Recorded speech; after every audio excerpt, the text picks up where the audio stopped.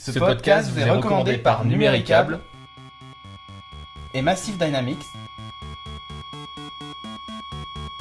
Et nous sommes recommandés par les geeks.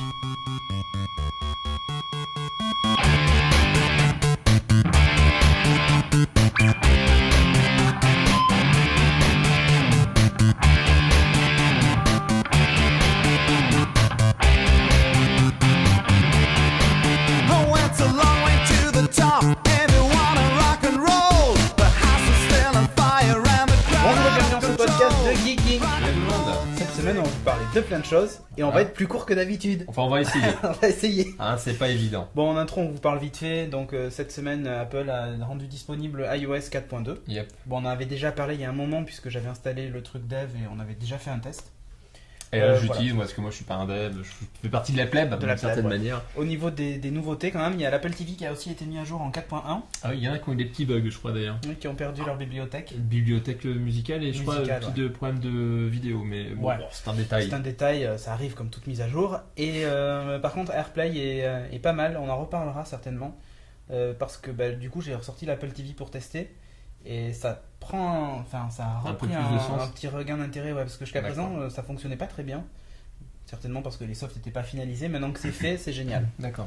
Donc on en reparlera, mais ça reste quand même que l'Apple TV est toujours un peu merdique en termes de contenu, quoi. Voilà. Toujours pas de podcast ? Toujours pas de podcast. Ok, non, je demande comme ça, on sait jamais. Mais maintenant que tu les as téléchargés sur l'iPad, tu fais envoyer AirPlay, hop, tu l'as sur la télé. Ah, voilà. Mais d'ailleurs, il faut avoir un iPad. J'ai testé hier, mais alors je sais pas si c'est de mon OS de dev ce que j'ai, mais même l'appli Geeking, en fait, elle est active AirPlay. Donc tu lances l'appli Geeking pour streamer l'épisode, et quand tu lances le truc, tu as un petit bouton AirPlay, tu appuies et ça l'envoie sur ta télé. Et ça marche ? Et ça marchait, ouais. Mais c'est dingue. Mais je sais pas si ça marche sur la version finale, moi j'ai encore... j'ai pas de périphérique compatible AirPlay pour la lecture. Ben j'essaierai, on en reparlera. Yep. Et on démarre tout de suite par la culture.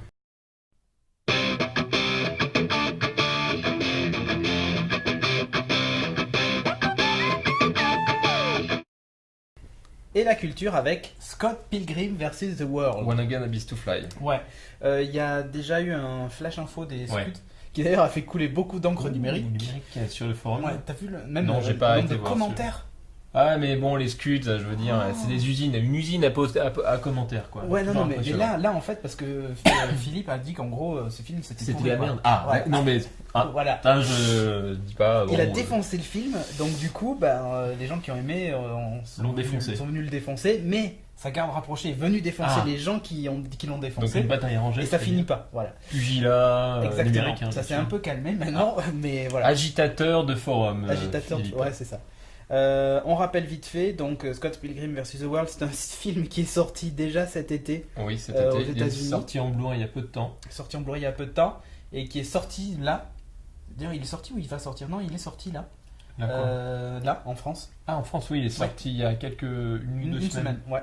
Donc c'est quand même hallucinant ce décalage. Il y a même le DVD qui est sorti d'abord aux États-Unis. D'ailleurs, je pense qu'au moment où on parle, vous l'avez déjà tous vu depuis 2 mois. Un rapport aux releases américaines de nos copains vos potes américains. qui vous ont ripé les Blu-ray. Adopi, si tu nous écoutes. Pas nous. On rappelle vite fait, donc réalisateur, c'est Edgar Wright, Hot Fuzz. Entre autres. Voilà. Et il fait une apparition dans Suck My Dick. Oui. J'ai vu ça. J'ai vu Suck My Dick, mais je savais pas. Je crois que j'ai fait un petit là-dessus. Suck My Dick, comme tu l'as vu, donc tu l'as vu. C'est ça ? Là, c'est de la casserole. Voilà. On retrouve en termes d'acteur Michael Cera, qu'on retrouve dans Supergrave, dans An 1 également. Je sais pas si tu te souviens. C'était un truc avec des hommes des cavernes. Chris Evans, qui joue le rôle d'un ex, il joue super bien. Enfin, j'ai beaucoup aimé, qu'on va retrouver dans Captain America également, et notamment Losers, les 4 Fantastiques. Ouais, belle gueule, machin, voilà quoi. Beau gosse. Ouais, c'est ça. Bien gaulé. Ouais, c'est l'anti-nous quoi. C'est l'anti-geek. Voilà. C'est l'anti-nous. Ensuite, on a Jason Schwartzman, donc Freaks and Geeks, effectivement. Et Darjeeling Limited. Bon. Le synopsis, rapidos. Ouais. Bon, Scott Pilgrim je pense que c'est un peu un loser en fait. Je sais pas, il est quand même.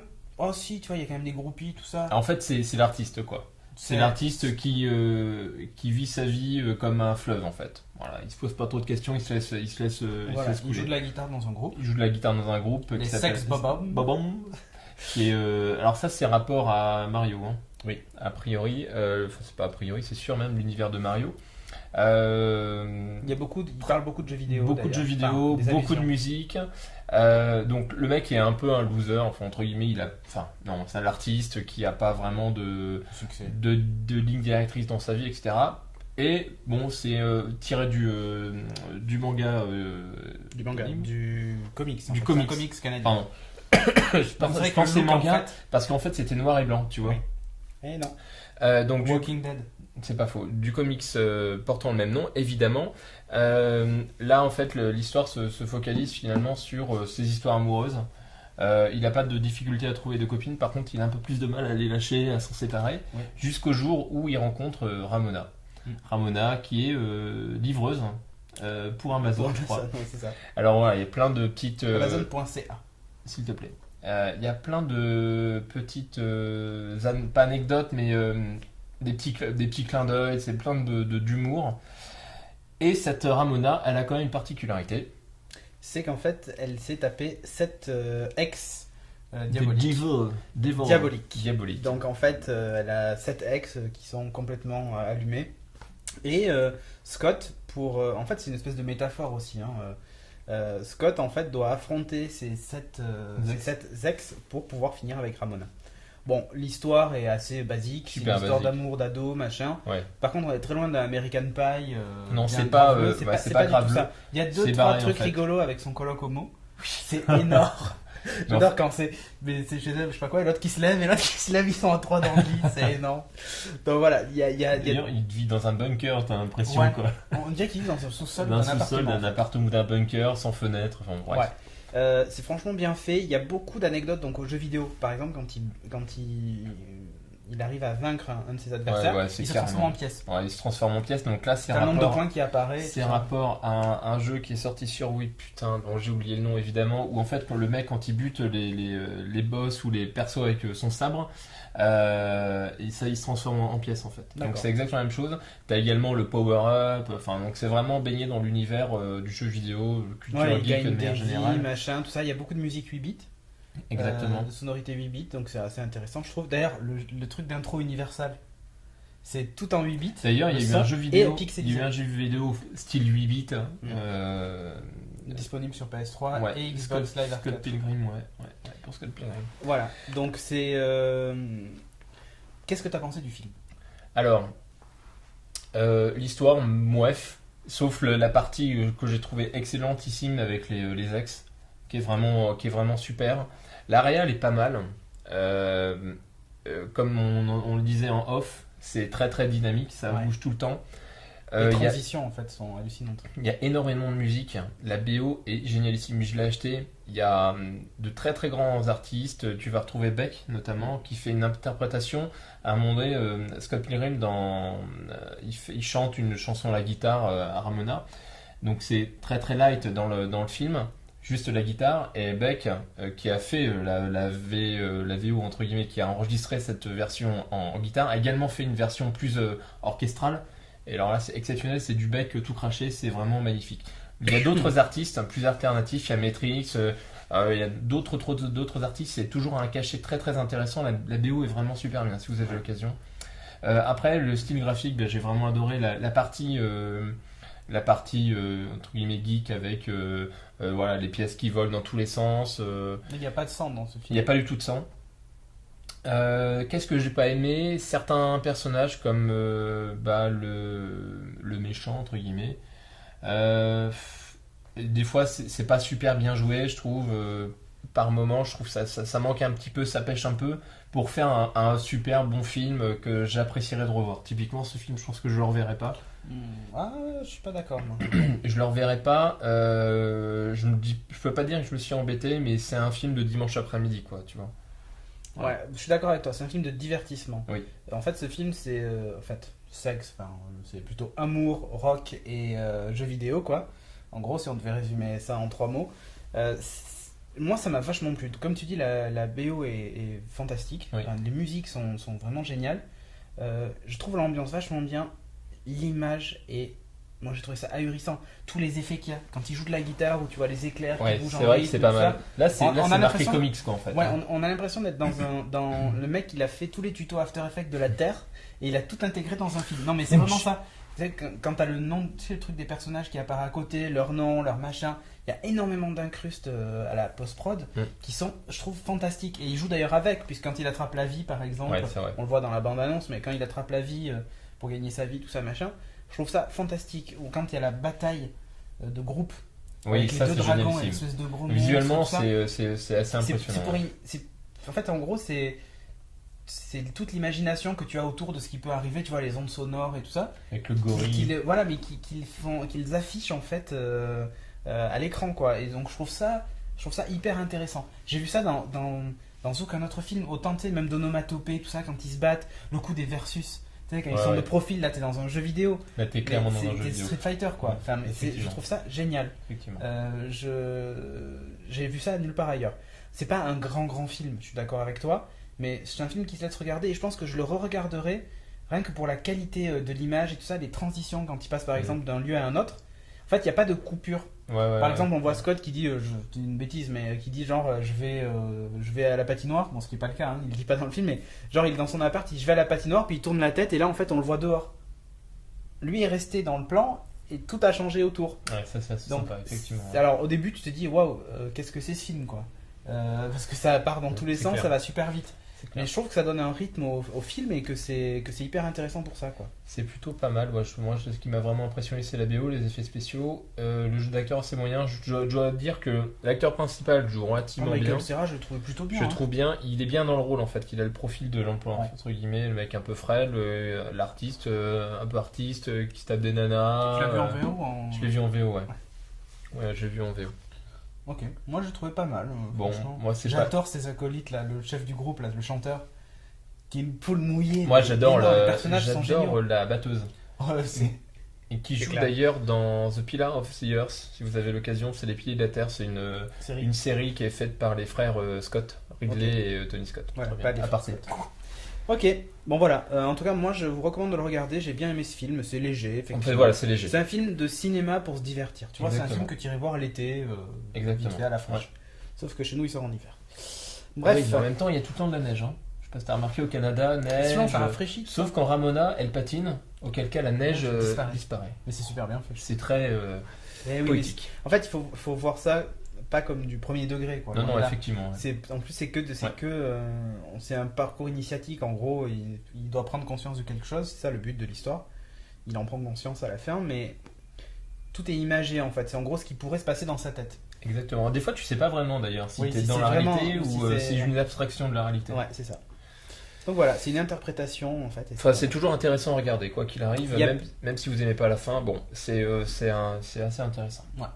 On enchaîne avec Cowboy and Alien. Ok. Il y a eu le premier trailer. Yes. Alors bon, là aussi ça va pas être je pense. Franchement, quand j'ai vu le trailer, je me suis dit ça va pas être le grand film du siècle. Par contre, bon, c'est Jon Favreau qui fait ça, donc à qui on doit Iron Man entre autres. Je pense qu'au niveau même, tu vois, des effets, de la réal et tout ça, j'ai mon genou qui a craqué. Scrunch. Alors c'est pas moi. Hein, non. C'est lui. Oui, mais vous allez le voir à l'image, je craque mon genou. Je pense qu'en termes de réal et tout ça, ça risque d'être assez sympa, assez musclé. Oui, ça va être un blockbuster, quoi. Voilà, ça va être un film d'action, un gros film d'action. Ensuite, dedans, qui est-ce qu'on a ? On a un casting juste de ouf, avec Daniel Craig, Sam Rockwell, Harrison Ford, Olivia Wilde, c'est elle qui était dans Doctor House, hein. Ah, exactement. Ah, qui jouait numéro 13. Ouais, je l'avais repéré, t'inquiète. Donc, vachement mieux que Megan Fox, tu vois, par exemple, dans Jonah X. Si, je l'aime pas trop, Megan Fox. Enfin, je l'aime pas trop. Physiquement, oui, mais elle, je l'aime pas trop, en fait. Allez, vas-y, sors les rames. Ah, mais tu l'as compris, quoi. Non. Mais si, elle est un peu conne, quoi. Ouais, bon, on ne sait pas si Olivia Wilde est intéressante. Hein. Je pense qu'elle est moins conne. Bon. Bref, l'histoire. Petit synopsis, milieu des années 1800, des extraterrestres ont pour but d'envahir l'Ouest américain, ok, et d'asservir l'humanité, ok. L'humanité avec un grand H, hein, ok. Ouais. Mais les cowboys, l'Ouest américain. Mais les cowboys et les Apaches ont d'autres plans. Et ouais. Ok. Bon, en fait, l'histoire. Alors, l'histoire, le trailer dévoile pas mal de trucs. Dévoile pas mal de trucs qui placent bien le film déjà, je trouve. Tu te retrouves avec Daniel Craig qui James Bond, donc dans le désert, voilà, qui est dans le désert avec un bracelet métallique qui paraît surdimensionné, technologiquement vachement avancé par rapport à l'époque. Oui. Donc il se réveille, bon bien sûr il est un petit peu alpagué par deux trois gus. Il a perdu la mémoire. Il a perdu la mémoire effectivement. Il est alpagué par deux gus qui veulent le braquer. Bon il se défend, ok, ça c'est pour poser le truc que le mec sait se battre. C'est une brute. C'est un peu une brute effectivement, et il revient dans la ville dont j'ai oublié le nom, peu importe, une ville du western. ça pourrait être Appalooza.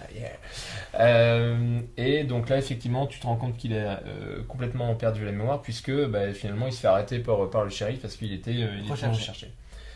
Et au moment où il est emprisonné, là il y a le bracelet qui bip. Qu'est-ce que ça, quoi? Qu'est-ce qui bip? Qu'est-ce qui fait du bruit? Parce qu'à l'époque, Ouais.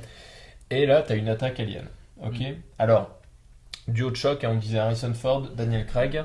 Le duo d'acteurs, je pense que risque d'être assez sympathique. Un Harrison Ford un peu bourru, un vieillissant, Harrison Ford, mais un peu bourru, qui joue le personnage d'un shérif, exactement.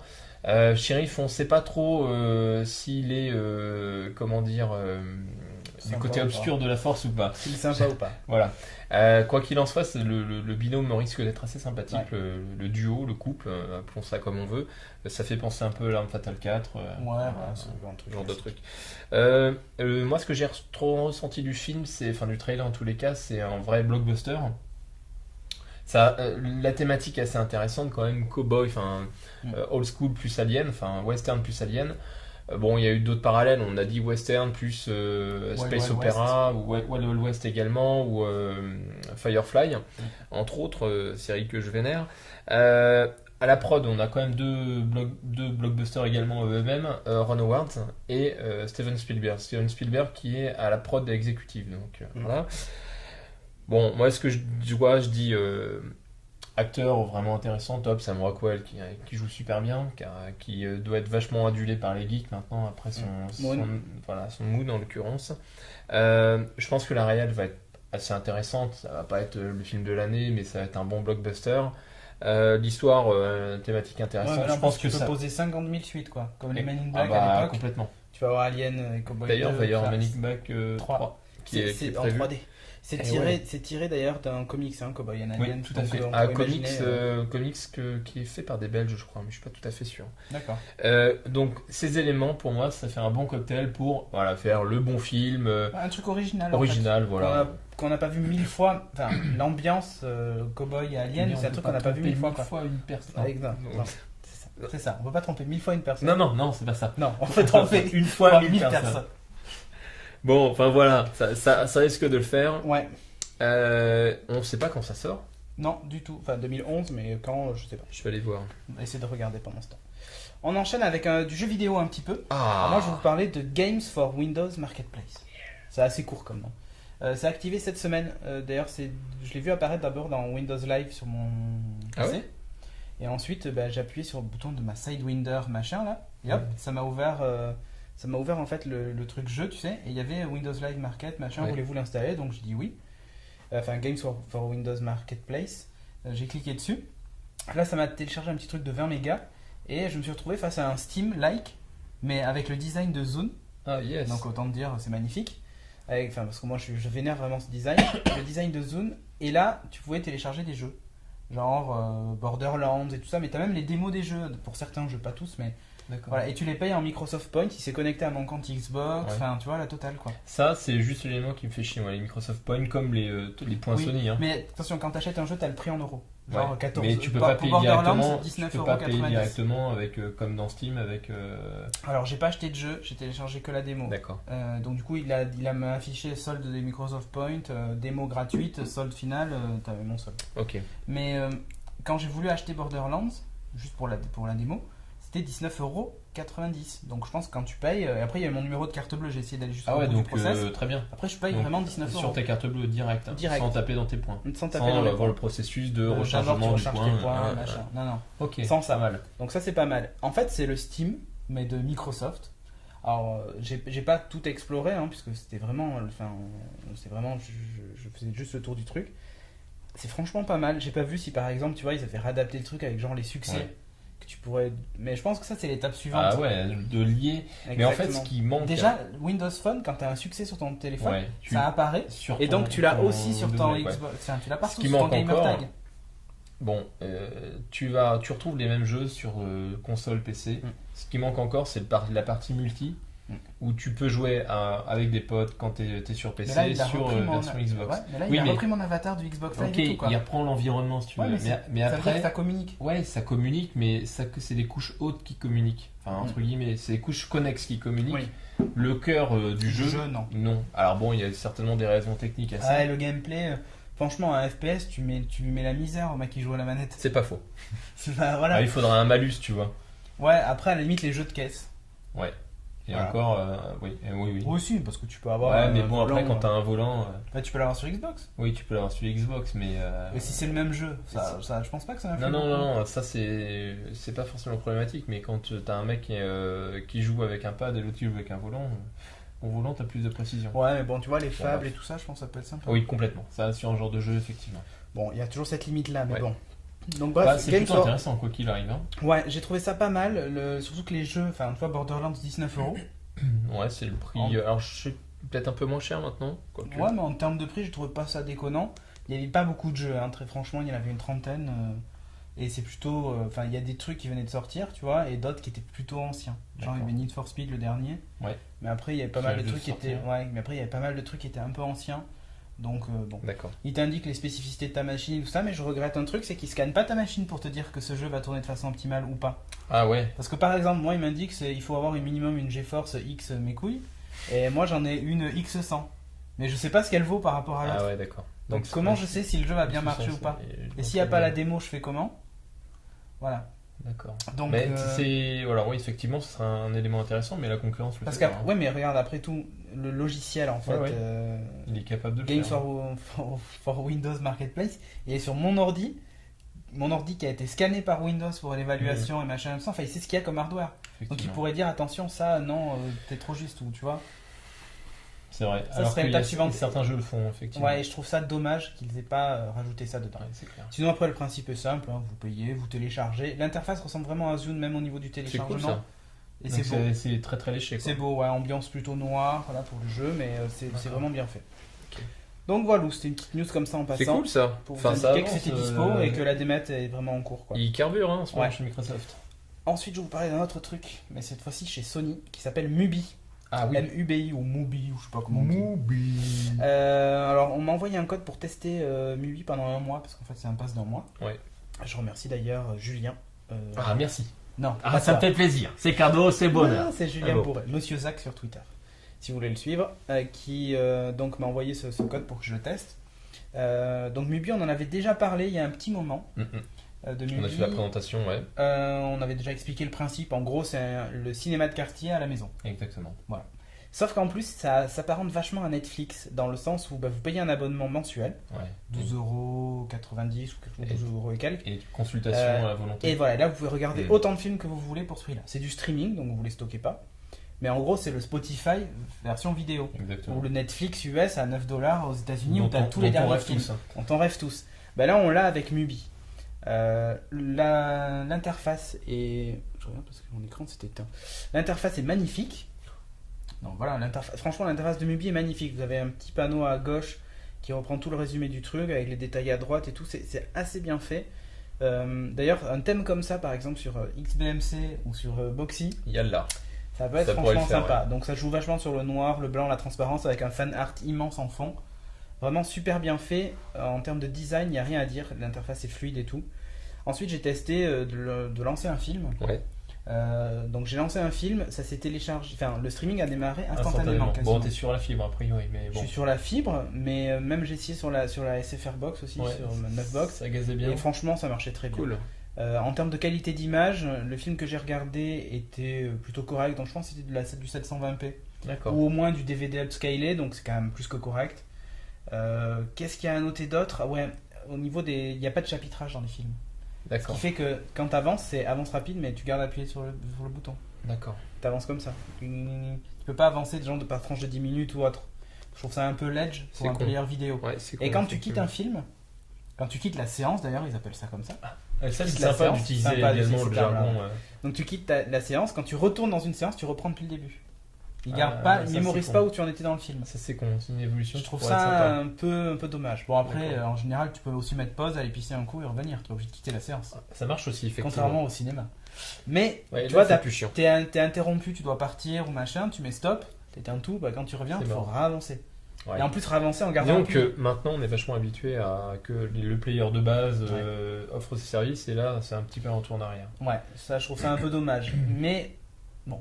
Au niveau de la vidéothèque, il y a 17 800 et quelques films, je n'ai plus le chiffre exact, 17 834 ou un truc comme ça. Mais Avec en bas des petites pastilles de couleurs, avec genre ce qui est compris dans votre abonnement, ce qui est pas disponible et ce qui est disponible ailleurs, ou un truc comme ça, D'accord. avec un code couleur.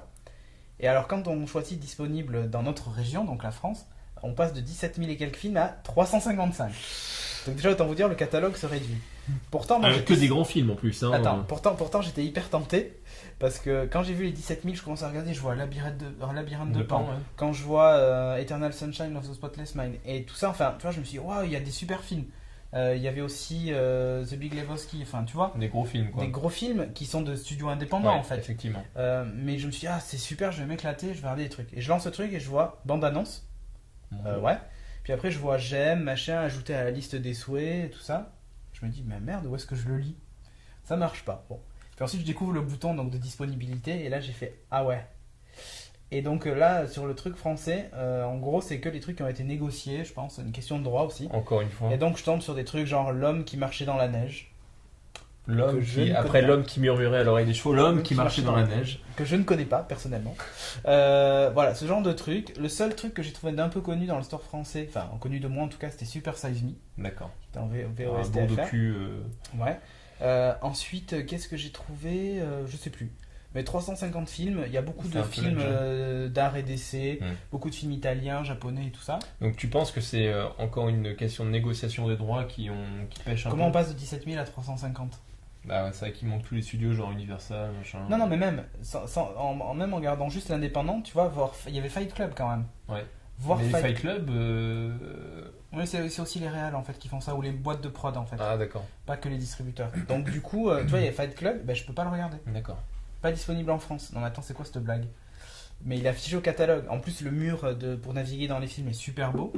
Enfin, voilà, au niveau de l'interface et tout ça, de la technique, à part ce défaut d'avance rapide et tout ça, il n'y a rien à dire. Y a rien à L'abonnement se fait en 2 clics, prélevé sur ta carte bleue si tu veux. Donc ça c'est le. Tu peux même te désabonner, Le machin. modèle Enfin, bon. économique est bien pensé, par contre, Ouais. c'est juste au niveau du contenu où ça pêche encore. Le un soft peu. est bien aussi. D'accord. C'est À part le réactif, player, mais le soft est bien. ok. Un truc qui est pas mal, et Mubi je joue vachement sur ça, c'est que tu évalues les films. Mhm. Et tu peux aussi partager sur Facebook ce que tu regardes, laisser D'accord. l'évaluation, tout ça.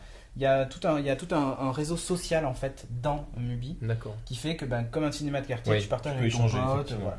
C'est ce C'est qui cool, fait ça. vraiment l'attrait de ça. Vous pouvez après avoir tous les gens qui aiment ce film, discuter entre vous et tout ça. C'est assez bien fait. Donc Mubi sur PlayStation, téléchargez-le sur le Oui, store. ça. Ça coûte rien. vous engage à rien. Tu peux Comme louer ça, vous à pouvez au moins le l'unité regarder. également. Ouais, tu peux le faire à l'unité. Je D'accord. connais plus le tarif, mais même sans vous abonner, Tu peux déjà téléchargez-le, vous parcourir, pouvez parcourir le truc. D'accord. Comme ça, voilà, vous allez voir de suite s'il y a des trucs qui vous intéressent ou pas. Je pense que l'offre mérite d'être étoffée quand même. Le jour où ça le sera, au jour où on aura les 17 000 films, Ça je peut pense le que c'est faire. même un abo que je pourrais prendre, tu vois. Je rêve d'un Netflix-like en France. Ouais, c'est sûr. Mais bon. Enfin bon. Un jour c'est- peut-être. C'est beau de rêver. Ouais. Enfin voilà, Mubi sur PS3, je vous recommande au moins pour tester le soft, c'est vachement beau. Et puis ensuite, si vous êtes tenté par le cinéma indépendant, et on sait Ouais, qu'il y en ça a, peut le faire, remarque. ça peut le faire, exactement. Cool. On enchaîne avec le message du sponsor. Sponsor. Pour fêter la millionième prise raccordable à la fibre Numéricable sur Paris, Numéricable organise un grand jeu concours, les Power Battles. Attention. Et ouais, du 19 novembre au 19 décembre, vous allez pouvoir défier vos amis en comparant la puissance de votre débit. Celui qui gagne le plus de Power Battle aura la chance de partir au CES de Las Vegas avec Game One, pardon. Game One Reporter. Le Game One Reporter, ouais, c'était ça le. Du 4 au 9 janvier 2011, tout frais payé évidemment. Les 2 autres places du podium gagnent une TV 3D Panasonic, 50 pouces pour le second et 42 pour le troisième. C'est pas mal. Ça passe. Alors, le jeu est pour l'instant réservé aux Parisiens pour la saison 1. Ouais, désolé, mais commencez à vous entraîner pour la suite. Pour jouer, c'est super simple. Inscrivez-vous et défiez vos amis sur www.powerbattle.fr. Vous retrouverez ce lien dans les notes de l'émission en bas sur le portail nowatch.tv. Alors, quelques astuces pour gagner vos Power Battle. Déjà, connectez-vous en RJ45, le filaire, rien de tel. C'est plus rapide que le Wi-Fi. On stoppe évidemment tous les téléchargements, notamment les podcasts No Watch qui sont en train de télécharger. Voilà. Surtout les podcasts. Surtout les podcasts No Watch. Coupez tous vos appareils à forte puissance électrique pour éviter les champs magnétiques, histoire que... Micro-ondes, tout ça. Tu vois. Et si vous avez encore un débit de Noobzor, attention, marque déposée, vous pouvez toujours passer à la puissance fibre avec Numéricable. Ah oui, effectivement, parce que tous ceux qui ont la fibre risquent d'être un petit peu avantagés. C'est pas impossible, effectivement. Voilà, fin du message du sponsor. Et on enchaîne avec le high-tech.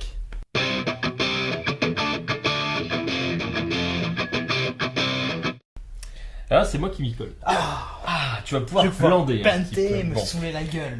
Petite news rapide, j'ai trouvé l'idée assez intéressante. En fait, Google va proposer un Cloud Connect pour Microsoft Office. Alors, concrètement, à quoi ça sert et comment ça marche dans Microsoft Office. Alors, le 2003, le 2007, le 2010, pour Word, Excel et PowerPoint, tu vas avoir un bandeau dans ces fameux outils qui vont te permettre de sauvegarder, de lire des documents Google Docs, donc des fichiers Excel, des tableurs, des docs, etc. Directement sans avoir à passer par l'interface web qui fait chier.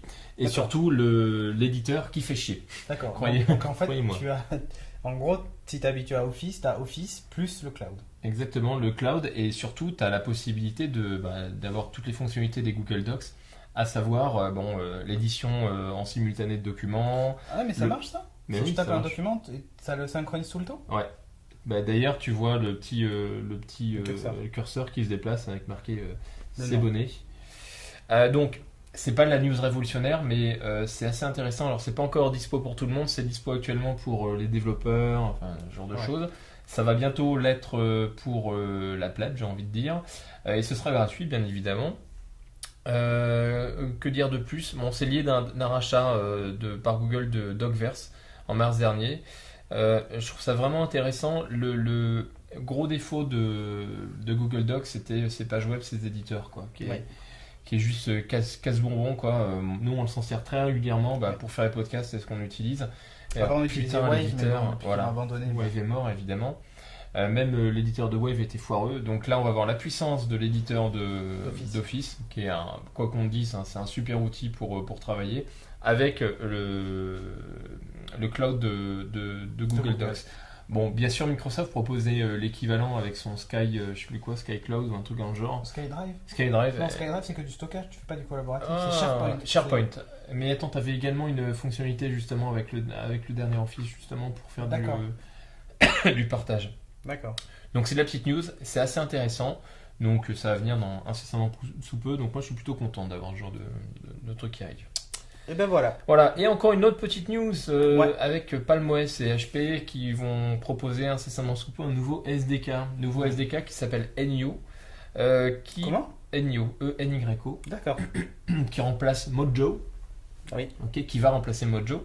Ce SDK, entre autres, va apporter la possibilité d'avoir une interface qui va être commune à plusieurs types de périphériques. Je m'emmène un peu les pinceaux, je vois ce que tu veux dire. L'idée derrière tout ça, c'est d'employer le hardware type tablette avec évidemment le WebOS. Et d'avoir finalement, comme Apple fait avec son SDK, une application universelle peut être... Exactement. Alors là, ils font une super démo avec un client, une messagerie. Tu le vois sur un WebOS, un Palm Pre, voilà. Donc une interface assez dépouillée, assez simple. Et lorsque tu le vois sur une interface type écran tactile avec une résolution supérieure à évidemment les 320 par 480 du Palm Pre, là tu as un bandeau sur la gauche en façon mail d'Apple, mais c'est exactement la même appli. Elle n'a pas été recompilée pour la plateforme qui va bien. c'est juste la même appli et bon, bien sûr, ils font le distinguo avec le hardware. Donc l'idée, c'est d'utiliser toute la puissance du hardware embarqué. Ouais. Et là où je trouve ça assez intéressant, c'est que HP a présenté Slate il y a très peu de temps, qui pour moi reste une bonne tablette. D'un point de vue hardware, c'est la plus complète du marché, elle permet de faire énormément de choses. Le seul de défaut, c'est qu'elle avait un Windows 7 embarqué, qui n'est pas optimisé à mon avis pour les trucs... D'ailleurs, au passage comme ça, il y a Dell qui sort son Hyperion, machin, là, tu sais, avec... En fait, c'est un laptop avec l'écran qui tourne et quand vous le fermez, du coup, ça peut devenir une tablette qui est tout fin, qui est sur Windows et qui a que 4 heures d'autonomie, quoi. Ouais, bon. Donc ça commence à se mettre en place côté HP, donc c'est plutôt intéressant. Petite news à suivre donc. Ouais. On enchaîne avec une tablette de chez Notion Inc., la fameuse tablette qui s'appelle Adam. Ouais. Ou Adam. La tablette Adam donc qui sera disponible en décembre aux États-Unis, peut-être le 9 a priori. Ils viennent d'ouvrir un site dédié, donc ça montre que ça avance. Jusqu'à présent, il n'y avait pas de site. Mais c'est cool. Donc sur www.notioninc.in. Ouais. Voilà. Alors concrètement, cette tablette, elle a quoi en fait cette tablette, en fait, elle a un écran LCD mat capacitif multitouch de 10 pouces. Donc en gros, c'est un peu plus grand que l'iPad en termes de surface d'écran. Oui. En 1024 par 600, donc ça c'est la même résolution. Wi-Fi N, elle va intégrer surtout la puce Tegra 250 dual core 1 GHz. Et là, c'est le char d'assaut. Donc là, c'est le char d'assaut, effectivement. L'avion de chasse, comme vous voulez. C'est un truc de fou. Avec plus un chipset graphique certainement de chez Nvidia. Flash, les vidéos en 1080p supportées. Alors, moi franchement, je vois pas trop l'usage sur une tablette qui fait 1024 par 600. C'est pas fou. Juste comme ça. Non, mais après, il y a une sortie HDMI, donc effectivement. Mais qui aujourd'hui branche son téléphone sur son écran ou sa tablette? Si le mec qui fait les présentations, ça peut être assez intéressant. Ouais, mais t'as pas besoin de sortir des vidéos en 1080p. Eh bah si, monsieur. Ouais, peut-être. Bon, je trouve que l'usage est un peu limité, mais en tout cas, c'est vrai que c'est assez impressionnant. Multitâche, évidemment. 1 Go de RAM DDR2. Cool. Carrément. 667 MHz. Donc c'est du matos de PC, tu sais. C'est ça. 1 Go de mémoire SLC. Plus une capacité de 8 Go embarqué, tu vois, mémoire embarquée. Ouais. Bluetooth 2.1, 3G, GPS, GPS évidemment. RS, ça va. Accéléromètre, 2 ports USB host, ça veut dire que vous pouvez brancher une clé USB dessus. Ah, tu as rapport à. Ouais, et il y en a 2 ports. Un port micro SD pour augmenter la mémoire interne. Voilà, une caméra de 3,2 millions de pixels qui fait évidemment des vidéos. En plus, elle est rotative, c'est-à-dire que vous la passez en avant. C'est cool ça. Ah, elle est dans un coin, c'est pas mal fait. Ensuite, pardon, une batterie de 3 cellules. Ouais. Donc c'est étonnant, tu sais, d'habitude on n'est pas habitué à 2. On est à 2 cellules effectivement. Voilà. 24,6 Wh. Ouais. On connaît l'autonomie ou pas? Non, elle n'est pas annoncée. Une fonctionnalité mystérieuse. Là, c'est pour le buzz. Je pense que ça va être de la visio ou une connerie, tu vois, des gens. Ils vont pas révolutionner le genre, quoi. L'OS, c'est Android avec une surcouche de chez eux. La surcouche a l'air plutôt sympa. Je suis pas fan des surcouches, hein, ça vous le savez. Je préfère avoir l'OS d'origine. Surtout qu'en plus là ça va être un Android. Alors peut-être que ça sera la version 3, j'en sais rien, mais ça risque de pas l'être. Il faut vraiment qu'ils aient fait une surcouche complète. C'est-à-dire que de toutes les applis, je veux pas si jamais je dois acheter un truc comme ça, il faut pas que je me retrouve face à une appli Android pour que j'ai l'impression de me dire ils ont utilisé le moteur d'Android, mais je suis face à un nouvel OS, tu vois. Par contre, ça veut dire aussi Android Market, certainement Goodbye Marilou. Goodbye Marilou, voilà, c'est clair. Ces dimensions, donc c'est 191 par 269 par 14 mm. C'est pas très épais, 14 mm. 14 mm, c'est un peu plus épais que l'iPad. Un tout petit peu plus que l'iPad, effectivement. Ouais, 725 grammes, c'est à peu près le poids de l'iPad. Et le prix? Et $399. Ce qui est pas cher. Ce qui est pas cher du tout. Bon, en euros, Contenu ça du fera hardware. 450 €. Contenu du hardware, c'est pas cher du tout. On va voir ce que propose. Voilà, il faut voir après, évidemment, c'est toujours pareil, il faut voir le contenu qui va avec. Ce qui plaît dans l'iPad, c'est que tu as iTunes, tu as l'App Store, tu as plein de trucs, donc tu as du contenu sans arrêt. Toutes les applis, genre Comixology. Moi, tu vois, je suis en train de m'acheter tous les Walking Dead, là, je suis presque à la fin. Via cette appli-là, tu vois, si ça arrive aussi sur cette tablette-là, ben oui, go. Mais sinon. Ouais, pas évident. Ouais, en fait, c'est bien. Le hardware, c'est bien, sans le contenu, disons que c'est l'OS qui pêche un peu, quoi. Il faudrait l'équivalent. Android, c'est bien, mais il faut voir ce que ça va donner, quoi. Non, mais même le PDG de Google dit que Android, c'est oui, pas mais là ils font une surcouche, donc il faut voir. À voir. Tu sais, le Galaxy Tab, je suis assez étonné, moi, de Samsung, ils ont fait aussi une surcouche qui est plutôt pas mal. Y compris pour les magazines et tout. Mais elle va vivre cette surcouche, c'est ce que je veux dire. Samsung nous a pas habitués à faire vivre les produits longtemps, mais bon. Ok. À voir. Eux, s'ils ont qu'un seul produit, pourquoi pas, mais ça sent le Arcos-like, quoi. Oui. Sauf que techniquement, elle envoie du lourd. Bah, l'Arcos, ça gaze pas mal aussi. Hein. Mais bon, Mais là, elle est ça a belle, un en peu plus plus. évolué. En Ah, plus, elle est d'accord. belle, la tablette. Ok, très bien. Donc voilà, le détail. Bon, c'est cool. Ça arrive en 2011 Ça arrive non, décembre là, aux États-Unis. Ah oui, et ensuite, effectivement. on attend de voir si ça va être disponible partout. D'accord. Toi, maintenant, tu vas nous parler de Kinect. Eh ben ouais, je vous le disais la semaine dernière, bon, Kinect, ça peut être hyper intéressant si tu viens en utiliser plusieurs, par exemple, combiner ça, faire de l'holographie, enfin, ce genre de choses. Bah, finalement, les petits gars de Willow Garage, alors Willow Garage qu'on connaît pour un robot qui s'appelle le PR2, se sont dit, on va quand même utiliser du Kinect et on va voir ce qu'on peut en faire en l'intégrant pour la question de la robotique. Alors, ce que fait le Je sais pas Gus, si t'as mis dans le verre, mais ça gaze. c'est tabac. Ça gaze. Qu'est-ce qu'ils ont fait? Ils ont pris 2 Kinect qu'ils ont mis en quinconce, les uns opposés aux autres, et ils ont mis un Gus au milieu, plus un robot qui s'appelle le PR2, qui est un bras robotique dont je parlerai un tout petit peu plus tard, et l'opérateur, enfin l'humain qui est au milieu. Il s'est gratté les couilles. Là, le robot lui arrache. Non. Ça y est, c'est reparti. Non, Un problème avec ça ou quoi? non, vas-y. D'accord. Non, l'opérateur est bien sûr complètement scanné par les deux Kinect et ses mouvements sont reproduits par le robot. Donc c'est-à-dire que tu peux faire de la téléopération à distance. Tu peux lancer Lady Gaga et hop, il danse Lady Gaga.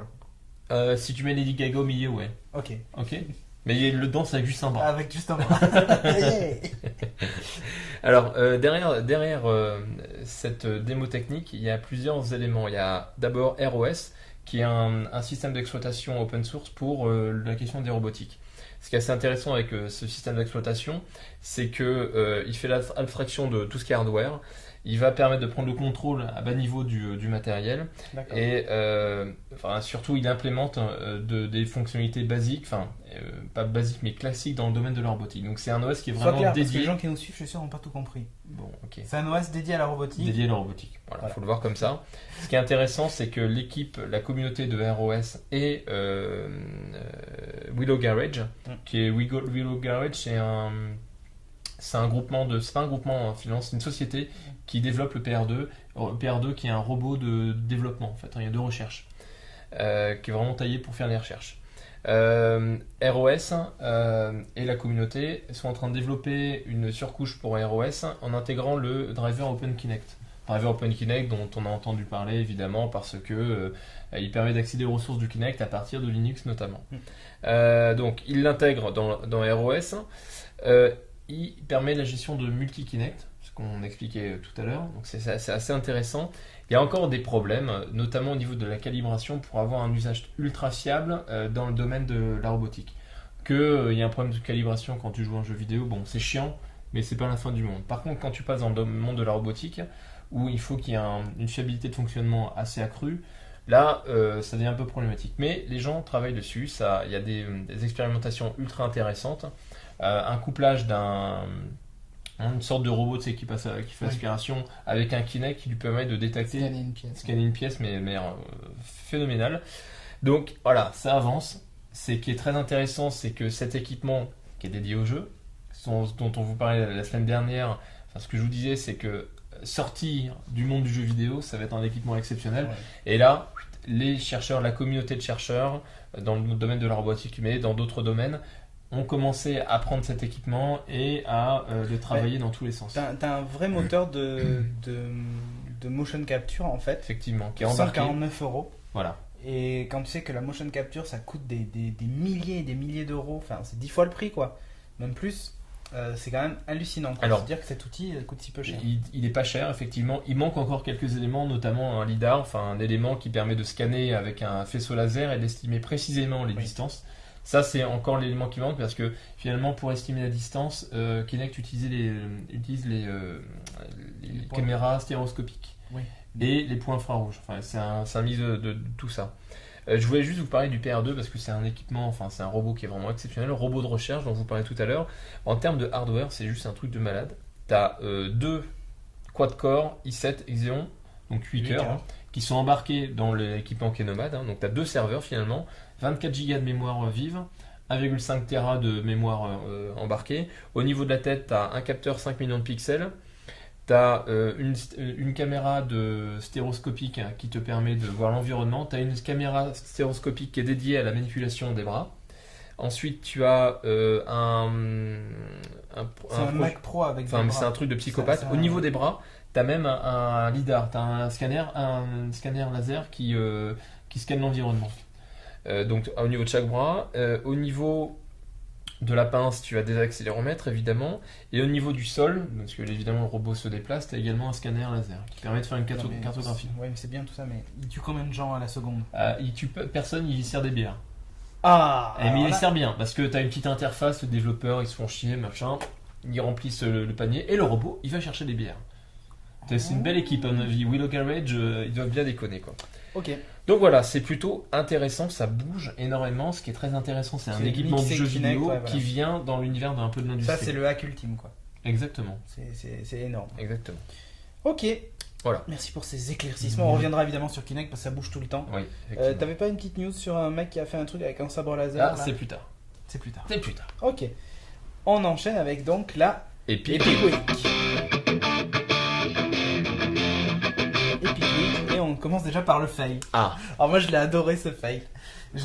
En plus tu vois j'avais raison la semaine dernière. On parlait de l'annonce iTunes et j'avais dit en plus on en parlait avant l'annonce donc, et j'avais dit bah tiens c'est peut-être ou les Beatles ou AC/DC qui débarquent.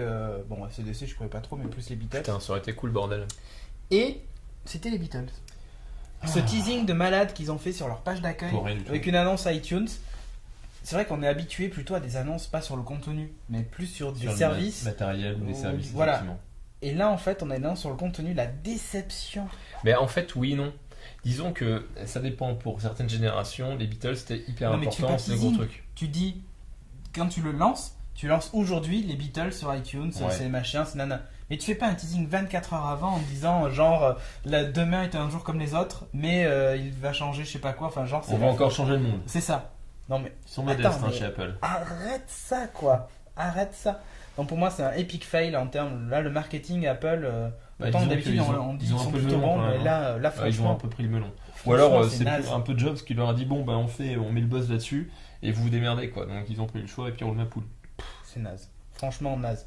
En parlant de Jobs, j'ai lu un article assez intéressant sur le fait qu'il arrive à modifier la perception des personnes qui l'entourent. Oui. Alors, je l'ai lu ce truc. C'est énorme quoi. C'est énorme. C'est un mec qui a bossé sur un des premiers Mac avec lui, qui explique que finalement quand il y a des personnes, quand Jobs est en présence de personnes, les mecs qui sont dans le projet, ils ont tendance à balancer des dates qui sont pas raisonnables dans le sens où elles sont pas réalistes, tout en sachant qu'elles sont pas réalistes. Donc il a une capacité d'influence, de charisme sur les gens qui est assez impressionnante. Bref, donc là c'est t'as serré les fesses quand même. Ah ouais, tu m'étonnes. Ouais. Non pas parce qu'il est gay, hein, mais parce que. Oh, mais qu'est-ce que tu dis là? Non, il est pas gay. On sait pas. Si, il a une femme qui est végétarienne ou je sais pas quoi. Bon, bref. Un peu comme lui quoi. Le Epic Win. Alors Epic Win, encore, voilà. Alors Kinect Lightsaber, pardon. Ça aurait pu être Kinect Lightsaber.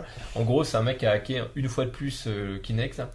Et le Gus, il a pris un simple bâton de bois et puis il a fait du motion tracking là-dessus et il l'a transformé en visuel, en superbe sabre laser. En fait, en gros, c'est de l'incruste en réel. Exactement. C'est comme si là, en fait, pendant qu'on tourne, on affichait des effets spéciaux. Exactement. Alors ça marche super bien. Et alors j'ai envie de dire, putain, les Gus qui sont en train de faire le Star Wars sur Kinect, s'ils nous foutent pas ça, moi je brûle leur mais studio. Non, mais avec ton balai, tu risques de péter ta télé. Et ça sert à quoi tu peux avoir un périphérique, un tout petit périphérique, style juste le manche ou un peu plus. Avec éventuellement des boutons dessus pour déclencher des actions de force que tu peux non tu les t'as plusieurs actions de force. Bah ouais. Et répulsion, et comment tu choisis répulsion, éclair, machin. Ouais mais éclair c'est avec les deux mains. Ah non par exemple. Non. Bon ok. Bon bref, les Gus qui vont nous sortir au Star Wars. Éclair tu fais comme ça. Ah ouais d'accord. Eh oui. Répulsion tu fais juste ça. Ouais d'accord, tu fais juste ça. D'accord, et alors l'étranglement? Voilà, l'étranglement, c'est ça. Ouais, c'est cool. Donc les Gus qui vont nous faire le Star Wars, ils ont intérêt à sauter les doigts et nous faire un truc vraiment super avec un accessoire. Enfin, vraiment le jeu qu'on rêve de voir depuis longtemps sur leur putain de console. Ils font chier quoi. Exactement. Bon, allez, on enchaîne. On termine sur des commentaires. Ah ouais, quelques commentaires. Allez.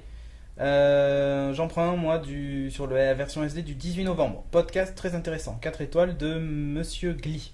G-L-Y. Réalisation quasi pro avec un côté familial, tout le monde dans le canapé, et ce franc-parler. Cela change des commentaires des journalistes complaisants vis-à-vis des marques. Bravo messieurs et mademoiselles. Écoute, merci à toi.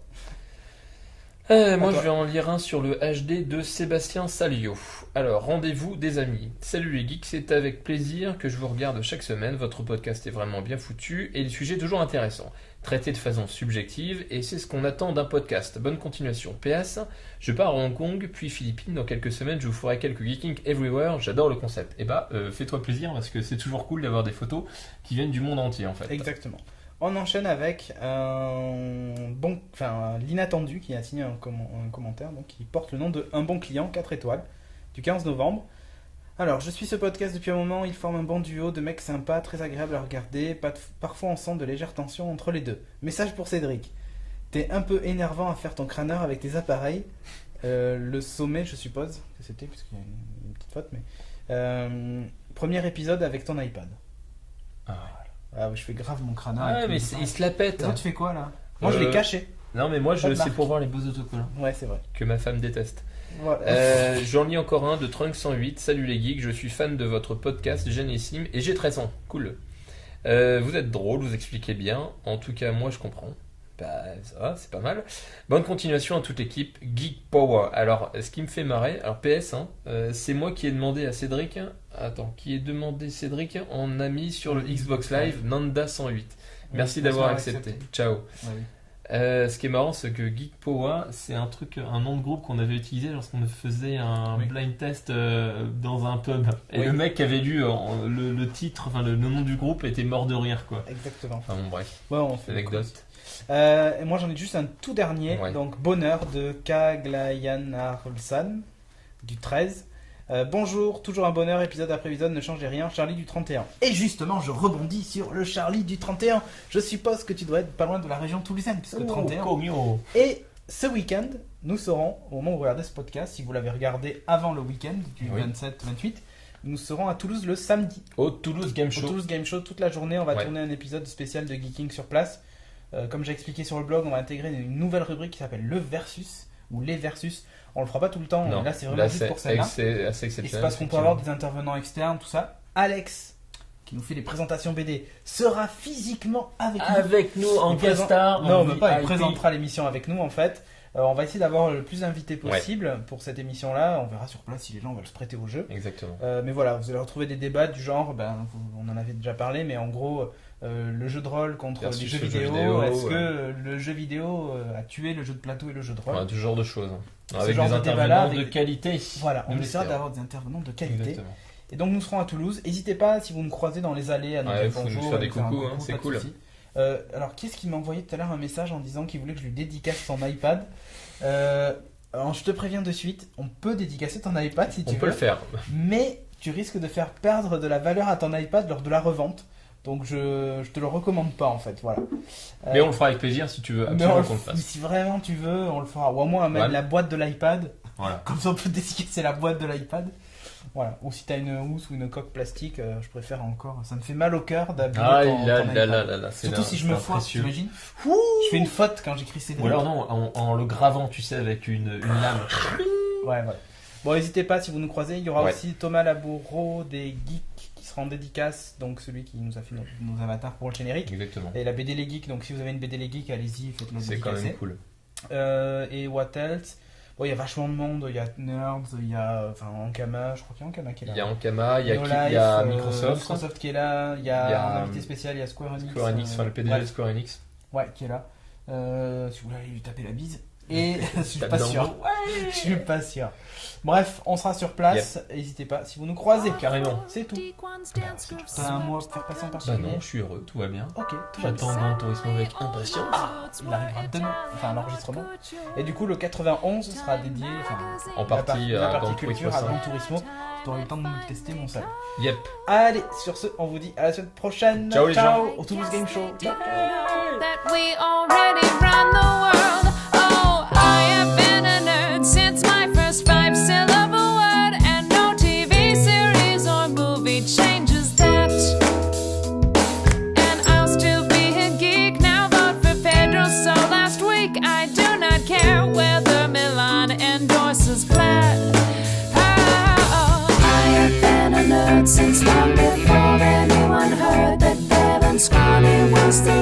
latest fashion trend.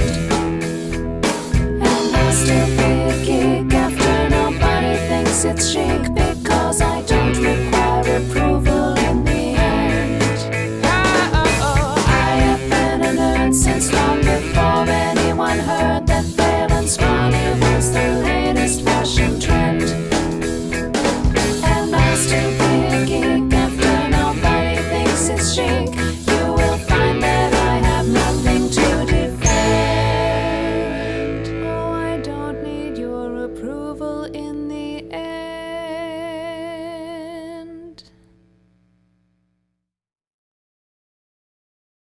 Bon, en tout cas, je pense qu'en fait, je vais pas acheter la taille au-dessus, je vais acheter la même taille que la tienne. Je me fais engueuler sinon. Je vais acheter la même télé. Bah, pareil, ça va être exactement la même d'ailleurs. Bah, elle est pas Parce mal. qu'elle est pas chère. Elle est pas très chère, elle doit être à 700 € en tout Bah, cas. si j'arrive à m'acheter celle à 700 €, j'ai trouvé un écran Ah, d'ordinateur, voilà. un 27 pouces Acer LED. Ah ouais, cool. 27 pouces LED, il y a un design. Et j'aime bien les pieds des Acer. Bah, Deux pattes. C'est les deux mais pattes non, qui arrivent. non, en fait là c'est un truc plat comme ça, avec un bras qui est sur le côté et qui revient derrière en fait. Oh yeah. Et du coup c'est un peu décalé et il est magnifique. LED, il est super bien noté, 337 €, Ça va. pas cher. Et il a même un haut-parleur intégré dans le pied et un hub USB, ça me suffit largement pour la Ah, c'est bureautique, cool. tu vois, pas besoin de mieux. Ouais, je regardais moi pour. Enfin, Bref, allez, 1, 2, attends, ça a 3 minutes, 1, 2, 3.